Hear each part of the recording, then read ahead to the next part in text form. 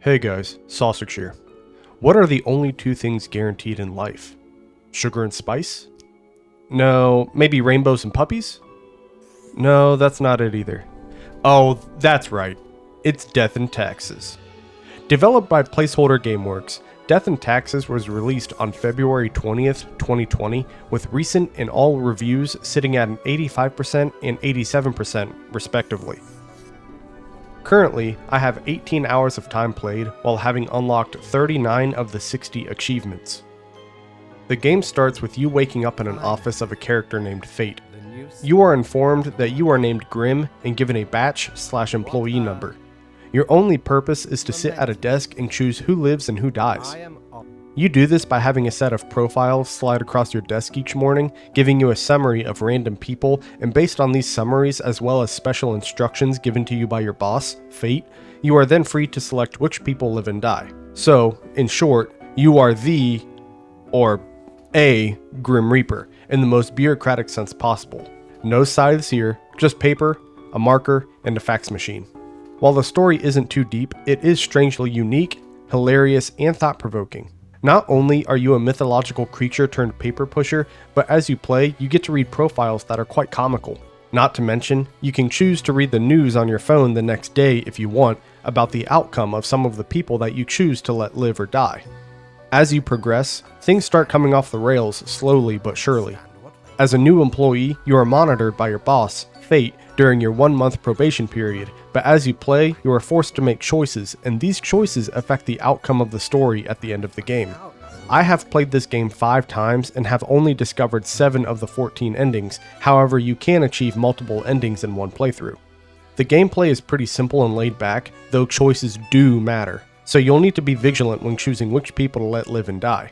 While the first few days probably do not matter too much, in the later game these choices hold more weight, and depending on which choices you make, they can and will affect the ending of the game. Will you witness the end of the world? Or perhaps you'll get the most positive ending imaginable. These choices will matter as you play. But maybe you're thinking to yourself, but Sausage, that is too much weight and pressure to put on a lowly office worker.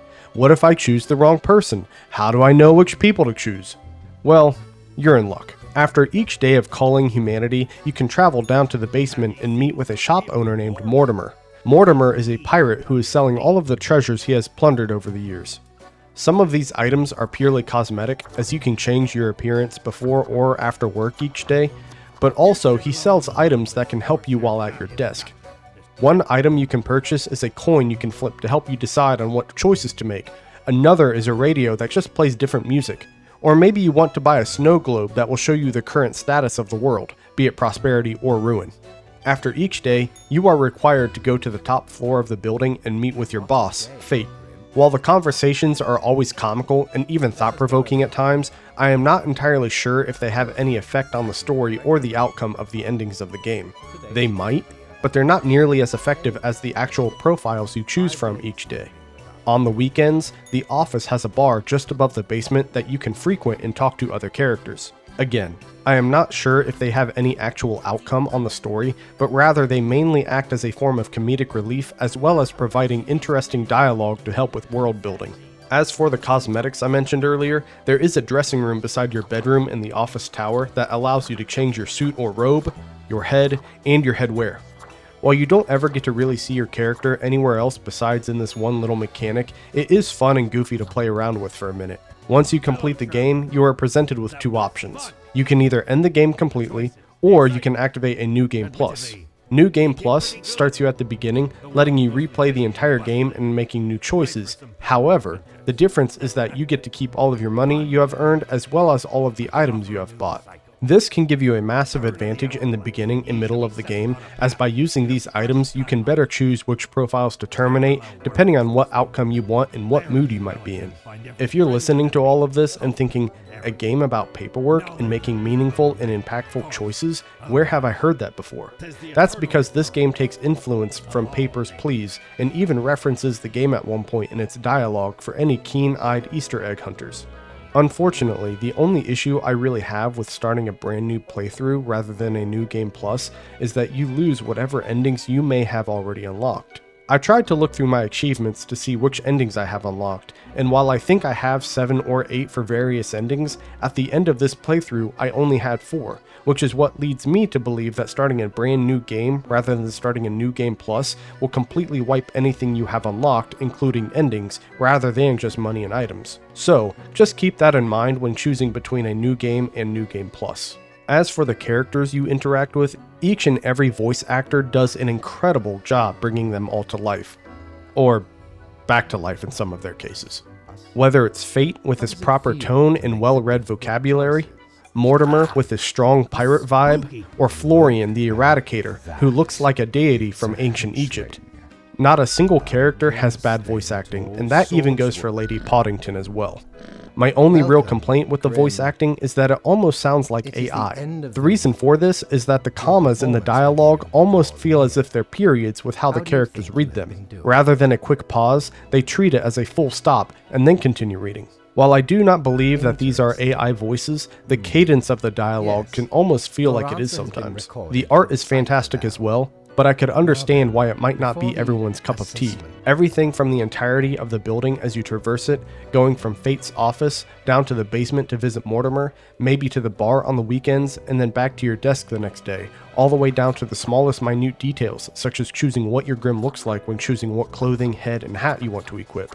As you traverse the building using the elevator, there are small details on the various levels of the building that are easy to miss, such as the ghost janitors cleaning, to the angels and demons in the bar. Even the coloring of the building is quite unique in that most of it is entirely in black and white, while certain items, such as clothing, are given color. Look at the hair on the bartender, or the bow tie on Fate, and the collar on Lady Poddington. All that to say, the art looks unique, but perhaps not exactly alive, if that makes sense. As for the soundtrack, it perfectly encapsulates the feeling of working a 9 to 5 for eternity as a Grim Reaper, while also not taking itself too seriously. It's melancholic while also being relaxing and calming, and something you could comfortably play in the background while doing other activities. Not only that, but it's got 16 tracks totaling over 33 minutes long. How do I know this?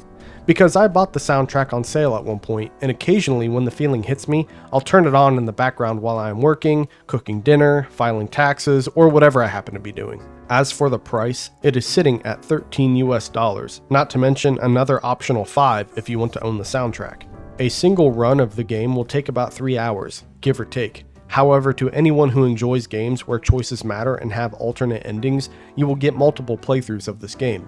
I actually started a brand new game just for this recording, so at the time of this video I currently have 5 playthroughs and yet have not unlocked every single ending. So, $13 for 5 different playthroughs, 7 to 8 different endings for a total of 15 hours? Not a bad deal. With all of that said, I give this game a rating of 8.5 sausages out of 10.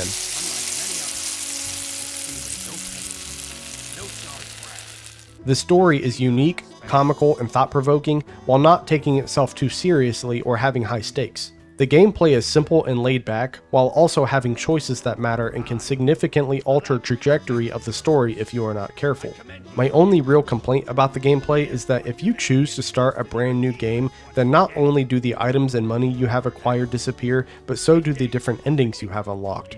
The solution to this is simple though. Just don't start a brand new game. Unless you make videos reviewing games like me. The voice acting is phenomenal, with each and every character feeling uniquely their own. My only slight complaint is that it can occasionally feel a little stiff when approaching punctuation. While I enjoy the art, it might not be for everyone. The coloring, or lack thereof, is nice, but the actual models of the characters might turn some people off as they do look unique, but also a bit dead in some ways. No pun intended. The soundtrack is almost beautiful. This is something you can turn on and have playing in the background as you take care of things in real life, but it isn't something I would turn on and play when I got into my car. As for the price tag, it just depends on what kind of games you like to play. Do you like Papers, Please, and other games that offer a choices matter mechanic and that have multiple endings, or are you a one and done type of person? If you're the former, $13 might not seem too bad. If you're the latter, $13 might seem too steep. It just depends on what kind of gamer you are. And that's my review of Death and Taxes. If you enjoyed the video, consider liking and subscribing, but if not, just know that I appreciate your viewership nonetheless. I also stream on Twitch occasionally, so consider following me on that platform as well. Anyway, I think I'm going to cut my review here. Mahoney out.